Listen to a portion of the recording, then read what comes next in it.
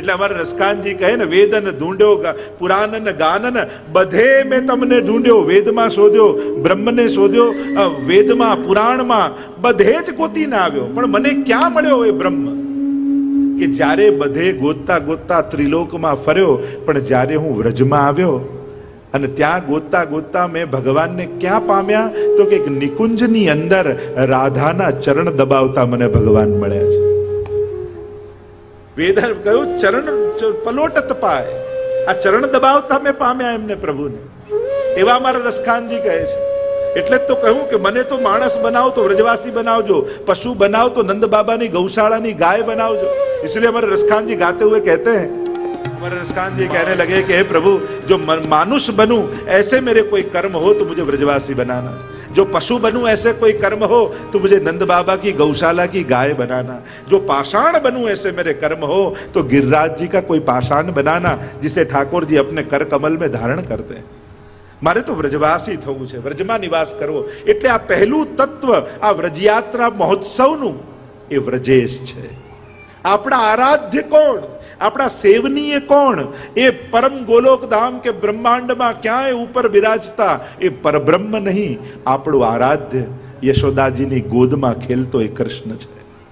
इसीलिए महाप्रभु जी ने हमारे सेव्य कौन कहे कि तुम्हारा सेव्य कौन है? तो कहा यशोदोत्संग लाले.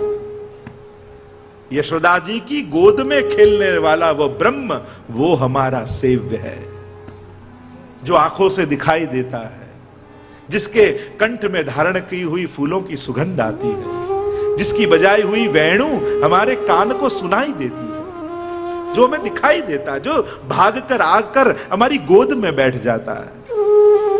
ऐसा भगवान वो हमारा सेव्य है. અને એટલા માટે ક્યારે એવું વિચારતા નહીં ભગવાન દેખાય નહીં, સંભળાય નહીં, સુંઘાય નહીં, સ્પર્શાય નહીં. ના, આપણે જેને ભજીએ છે ને એ તો દેખાય. नैन भर देखो नंद कुमार, इसीलिए तो भक्तों ने गाया ना, नहीं तो क्यों गाते? हमने आंखों से देखा है उसको भागते हुए, चलते हुए. कि इसीलिए तो कहा कि श्याम लग्यो संग डोले री माई, श्याम लग्यो संग डोले, जित जाऊं ताड़ो ही आवे, बिना बुलायो बोले. वो तो बोलता है, बातें करता है. इसीलिए जब पुष्टि मार्गी भक्ति आप करो, मतलब साधारण शब्दों में कहूं तो गोपियों की भक्ति जब आप करो, तब कभी ये मत सोचना कि भगवान दिखाई नहीं देता, सुनाई नहीं देता, अनुभव नहीं कराता. नहीं, गोपियों के आगे तो शेष महेश गणेश दिनेश सुरेश ही जाई निरंतर ध्यावे, जाई अनादि अखंड अनंत छेद वेद सुवेद बतावे, नारद से सुख जाही रटे पछी हारी तो पूरी पार न पावे, ताही अहिर की छोहरिया छछिया भर छाछ पे नाच नचावे. वो तो गोपियों के आगे नाचता है. इसलिए तैयार होकर बैठना, कभी भी नाच सकता है, कभी भी बोल सकता है, कभी भी दिखाई दे सकता है. हमें तो मिली हुई इंद्रियों से ही उसको अनुभव करना है. भक्त ये समझ लें, पुष्टि भक्त ये बात समझ लें, मरने के बाद भगवान मिले तो सबसे अच्छा सस्ता सरल रास्ता यही है कि मर जाओ.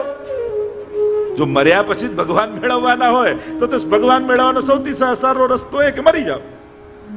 તો મરીને ભગવાન થોડી મેળવવા છે આપણે. આપણે તો જીતા જીવંત જે ઇન્દ્રિયો મળી છે એ ઇન્દ્રિયોથી એનો અનુભવ કરવો છે. એટલે એવા હઠ સાથે બેસજો, મારે તો આજ આંખે તને જોવો છે, મારે તો આજ કાને તારી વાંસળી સાંભળવી છે, મારે તો આજ હાથે મારું વલાવેલા માખણ, મારું બનાવેલું માખણ મારા હાથે તને આરોગાવું છે. આવી હઠ સાથે બેસજો. હઠ તો ન કહેવાય, ભક્તોના મનોરથો કહેવાય. ભક્ત ક્યાં હઠ કરવાનો? પણ આ 10 તત્વનો અનુભવ મારે તમને આ ઉત્સવમાં કરાવવો છે. પહેલું તત્વ છે વ્રજેશ. મારે બ્રહ્મનો અનુભવ નથી કરાવવો, મારે એવો ઈશ્વર તમને આપવો છે જે ગાયોની પાછળ પાછળ ભાગતો હોય, જે ભક્તોના ઘર સુધી પહોંચી જતો હોય. ભક્ત ના આવી શકે અને દહી વલોતી ગોપી એમ થાય કે આ મારી સામગ્રી આપને કેમ આરોગાઉં? ઠાકોરજી કે તું ના આવી શકે, હું તો તારા ઘરે આવી શકું ને. ભલે ને ગામના લોકો મને ચોર કહેવડાવાય તૈયાર છું, પણ મારે તો તારો મનોરથ પૂરો કરવો છે. મારે તો એવા ઈશ્વરને ભજવા છે. આ આપણો આરાધ્ય છે, આ આપણો સેવ્ય છે. એટલે પહેલું તત્વ આ ઉત્સવનું તમને મળશે, વ્રજેશમાં લગાવ મળશે તમને. તમારો વ્રજેશ આ વૃંદાવનની ગલીઓમાં, વ્રજની ગલીઓમાં ફરતો તમને દેખાશે. વ્રજની ભાવના ધારણ કરજો દર્શન કરતા કરતા. અરે કોઈ એક સ્થાનમાં મન રહી ગયું ને તો તરી જશો આ ભવસાગર. ક્યાં કોઈ એક બોર્ડ યાદ રહી ગયું ને કે વૃંદાવન, બરસાના, નંદગાંવ, કઈ કોઈ શબ્દો પણ યાદ રહી ગયા ને, આ શબ્દો તમને તારી દેશે. એવી વ્રજની ભૂમિની મહત્તા છે. પહેલું તત્વ વ્રજેશ. આ ઉત્સવનું બીજું તત્વ, કારણ કે જ્યાં વ્રજ લાગે એટલે પ્રભુ માટે પ્રિય થઈ જાય. બીજું તત્વ એ વ્રજભૂમિ છે. ભૂમિ માં છે, પણ વ્રજની ભૂમિ તો કોઈ વિશેષ મહત્તા લઈને રહે છે. વ્રજભૂમિની મહત્તા, વ્રજની મહત્તા, વ્રજભૂમિની મહત્તા. એટલે તો આપણે ત્યાં એ વ્રજભૂમિમાં વાસ કરવા માટે, એટલે કે વ્રજભૂમિ એવી છે કે જેમાં પુષ્ટિ માર્ગના 5 તત્વો બિરાજમાન છે. આપણે પુષ્ટિ માર્ગના 5 તત્વો દોડ ગાઈએ છીએ. આ 5 તત્વો વ્રજભૂમિમાં છે. સકલ તીર્થો વ્રજભૂમિમાં છે. સકલ દેવતાઓ વ્રજભૂમિમાં છે. વ્રજભૂમિમાં આ સમસ્ત આરાધ્યો બિરાજમાન છે. સમસ્ત આરાધ્ય એ વ્રજભૂમિ. અનેક પ્રકારની ભૂમિ શાસ્ત્રોએ કહી. તપભૂમિ, જન્મભૂમિ, કર્મભૂમિ, સમાધિ ભૂમિ, અનેક પ્રકારની ભૂમિઓની ચર્ચા શાસ્ત્રોમાં છે. આ વ્રજભૂમિ પ્રાગટ્ય ભૂમિ તો છે, પણ પ્રગટ લીલા ભૂમિ છે. ઠાકોરજી ये सब मेरो અંગ, એમ ઠાકોરજીએ કહ્યું છે કે આ વ્રજભૂમિ ભૂમિ નથી, આ મારું જ અંગ છે. એવી મહત્તા વ્રજભૂમિની. અને એટલે તો કહ્યું વૃંદાવનમ પરિત્યજ્ય પાદમ એકમ ન ગચ્છ. પ્રભુએ પ્રતિજ્ઞા લીધી, વૃંદાવનને છોડીને એક ડગલું પણ હું ડગલું બહાર નહીં મૂકું. એવી પ્રતિજ્ઞા પ્રભુની છે. એટલે કે આપણે તો એમ કહીએ કે અરે પ્રભુ ગયા તો ખરા. અરે મથુરાથી આવેલા એ મથુરા ગયા, વ્રજમાં તો પ્રગટેલા વ્રજમાં જ રહ્યા છે. એ અવતાર કરવા, કાર્ય કરવા માટે અવતાર રૂપે પરમાત્મા ગયા, પણ અવતારી તો વ્રજમાં જ વસ્યા. એટલે કે પ્રભુનો અખંડ વાસ વ્રજમાં છે. એટલે બીજું તત્વ મહોત્સવનું એ વ્રજભૂમિ છે. એટલી અદ્ભુત રીતે સજાવટ કરી. અમારે ખાસ આ સજાવટ કરનારા બધા જ કાર્યકર્તાઓ માટે ખાસ તાળીઓ વગાડો. અદ્ભુત અલૌકિક સજાવટ કરી છે. કારણ કે એક એક સ્થળોને જે સુંદર રીતે સજાવવામાં આવ્યા. અને તમને એક વિશેષ રૂપે પણ કહું કે આ જેટલી સજાવટની વસ્તુઓ છે એ ભારતમાં એમ તૈયાર કરી, પણ બધી ઇકો ફ્રેન્ડલી વસ્તુઓથી તૈયાર કરવામાં આવી છે. કે બધી જે એ વસ્તુઓ જે તૈયાર કરી છે કે જે કુદરતને હાર્મ ન કરે, એવા પ્રકારની વસ્તુઓથી બધું તૈયાર કરવામાં આવે છે. તો આ વ્રજભૂમિનું દર્શન. અનેક ગાથાઓ વ્રજભૂમિ માટે તો ગવાઈ છે, જેટલું ગાઈએ વ્રજભૂમિ માટે ઓછું. તો આ ઉત્સવનું બીજું તત્વ એ વ્રજભૂમિ. ત્રીજું તત્વ એ વ્રજ ભાષા છે. કારણ કે વ્રજ યાત્રા કરતા કરતા 40 દિવસમાં ઘણા વૈષ્ણવોને જો વ્રજ ભાષા બોલતા બોલતા આવે, ઘણા શબ્દો શીખી જાય. અને વ્રજમાં જાઓ અને વ્રજ ભાષાથી દૂર રહો તો તમે ક્યાં વ્રજનો આનંદ લીધો.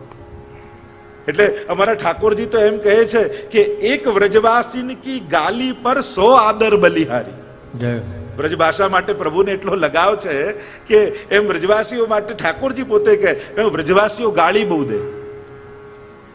જેમ સુરતના લોકો માટે કહેવાય ને, એમ વ્રજમાં પણ એવું કહેવાય કે વ્રજભાષામાં ગાળો બહુ આવે. સહજ એક ત્યાંની પરંપરા છે વ્રજની બોલીની, ત્યાંની પ્રદેશની. કેટલા નિખાલસ અને આત્મીય હોય. અને એટલે વ્રજ ભાષાની મહત્તા આપણે ત્યાં ગઈ છે, જે ભાષામાં ઠાકોરજી બોલ્યા છે. અને એટલા માટે આપણે તો વ્રજ ભાષા કે આગે સભી ભાષા છોટી, ક્યોંકि જા ભાષા મેં પ્રભુને માંગ માંગ ખાઈ રોટી. એટલે કહ્યું કે સબ વ્રજ ભાષા કે આગે સભી ભાષા છોટી, કે જા ભાષા મેં પ્રભુને માંગ માંગ ખાઈ રોટી. જે ભાષા ઠાકોરજી બોલ્યા, એટલે વ્રજ ભાષા એ પ્રભુની ભાષા છે.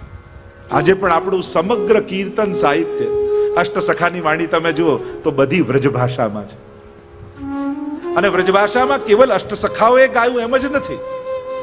તમે મહાપ્રભુજીના જ્યારે હસ્તાક્ષર આદિ જુઓ છો તો કાં તેલુગુ ભાષામાં હોય, કાં સંસ્કૃત ભાષામાં હોય. કારણ કે મૂળ આપણે આચાર્ય પરંપરા દક્ષિણની, કાંકરવાડ ને આંધ્ર અને ત્યાંથી તૈલંગ કુળથી પધારેલા.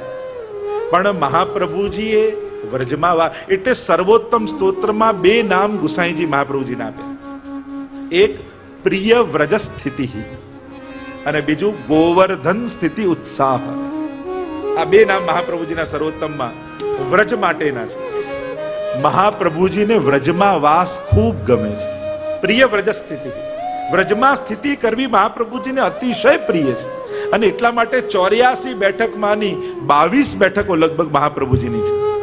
એમ તો વ્રજમાં કુલ 60 બેઠકજીઓ છે.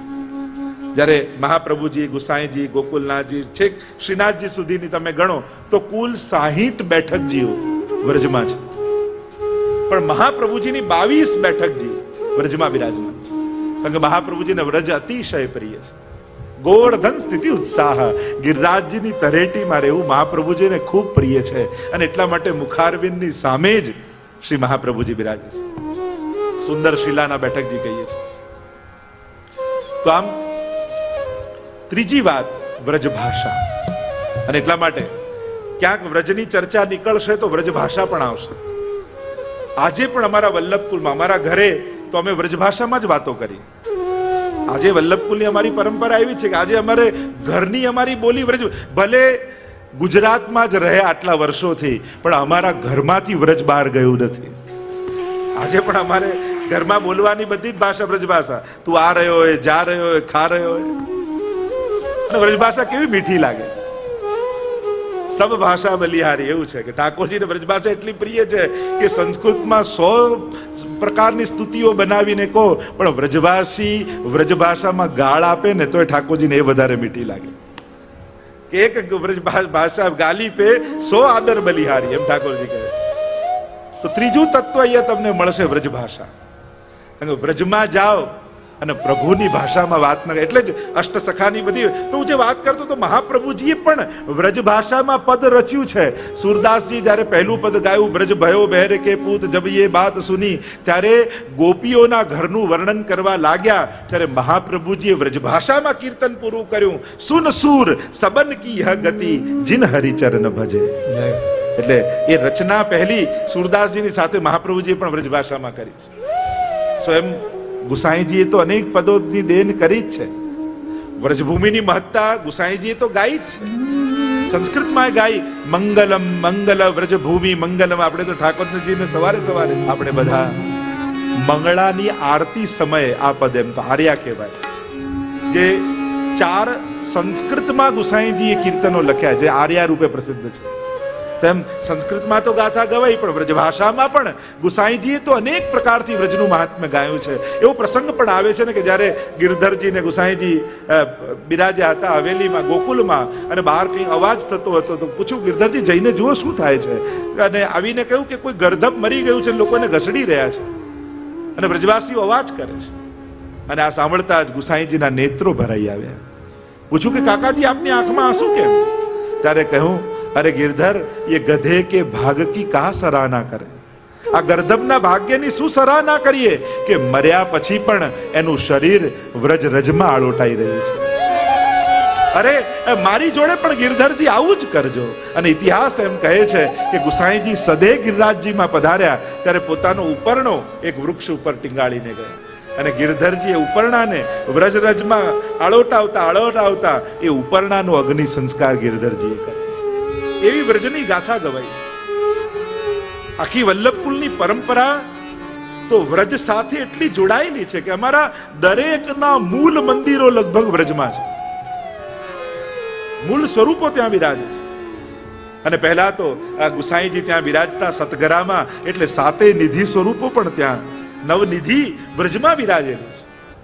અને એ વ્રજની સંસ્કૃતિ એ આપણી હવેલીમાં આજે પણ જળવાયેલી છે. આજે પણ તમારે વ્રજ સંસ્કૃતિને સમજવી હોય તો કોઈ પણ હવેલીમાં જાઓ તો તમને આખું વ્રજ સંસ્કૃતિ, એટલે કે ત્યાંના વાતાવરણ પ્રમાણે લંડનમાં રહેતા હો તોય ત્યાંની ઋતુ પ્રમાણે તમે ઘરે સેવા કરો છો. વિચાર કરો. એટલે મહાપ્રભુજીએ કેવલ હવેલીને વ્રજ નહીં બનાવ્યું, જેના ઘરે ઠાકોરજી પધરાવ્યા એ બધાના ઘર મહાપ્રભુજીએ વ્રજ બનાવી દીધા. કારણ કે એનું વાતાવરણ, એ ત્યાં ગવાય વ્રજભાષાના કીર્તનો, ત્યાં ધરાય વ્રજની સામગ્રી. એટલે વ્રજભક્તો વ્રજમાં જે લાડ લડાવે એ અહીંયા લંડનમાં પણ રહીને તમે તમારા ઘરમાં વ્રજ ઊભું કર્યું છે. એટલું બધું વ્રજભૂમિની મહત્તા ગવાઈ અને વ્રજ ભાષાને જીવંત કોઈએ રાખ્યું હોય તો આ પુષ્ટિ પરંપરાએ રાખ્યું છે, અને એમાં પણ આપણા અષ્ટ સખાની વાણીએ જીવંત રાખ્યું.